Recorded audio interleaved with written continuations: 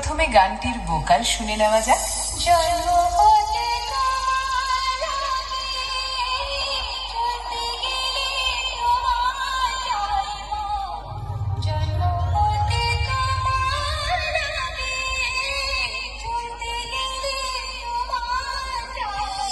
খুব সুন্দরভাবে আমরা ভোকালটি শুনে নিলাম। এবার হাই কোয়ালিটি সাউন্ডের সাথে সম্পূর্ণ গানটি উপভোগ করতে থাকুন।